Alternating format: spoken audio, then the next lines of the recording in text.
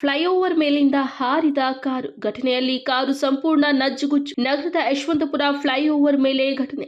ಬೆಳಗಿನ ಜಾವ 3:45 ಸರಿಸುಮಾರಿಗೆ ನಡೆದ ಘಟನೆ.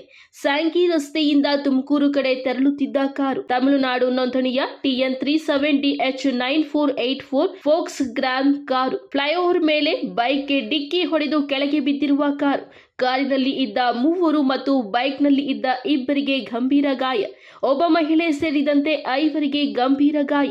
ವೇಗವಾಗಿ ಬಂದು ಫ್ಲೈಓವರ್ ಮೇಲಿನ ಡಿವೈಡರ್ಗೆ ಕಾರು ಡಿಕ್ಕಿ. ಬಳಿಕ ಬೈಕ್ಗೆ ಡಿಕ್ಕಿ ಹೊಡೆದು ಫ್ಲೈಓವರ್ ಮೇಲಿಂದ ಕೆಳಗೆ ಬಿದ್ದ ಕಾರು. 5ರಲ್ಲಿ 3 ಸ್ಥಿತಿ ಗಂಭೀರ, ಪ್ರಾಣಾಪಾಯದಿಂದ ಪಾರು. ಅಲ್ಲಿಯೇ ಇದ್ದ ಹೊಯ್ಸಳ ಪೊಲೀಸರಿಂದ ಗಾಯಾಳುಗಳ ರಕ್ಷಣೆ. ಸ್ಥಳೀಯರು ಮತ್ತು ಪೊಲೀಸರಿಂದ ಅಪಘಾತಕ್ಕೆ ಒಳಗಾದವರ ರಕ್ಷಣೆ. ಗಾಯಾಳುಗಳು ಸ್ಥಳೀಯ ಆಸ್ಪತ್ರೆಗೆ ದಾಖಲಿಸಿದ ಪೊಲೀಸರು, ಸ್ಥಳೀಯರು.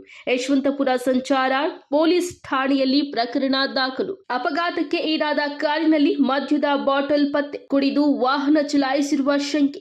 ಮದ್ಯ ಸೇವನೆ ಬಗ್ಗೆ ವೈದ್ಯಕೀಯ ಪರೀಕ್ಷೆ. ಖಾಸಗಿ ಆಸ್ಪತ್ರೆಯಲ್ಲಿ ವೈದ್ಯಕೀಯ ಪರೀಕ್ಷೆ.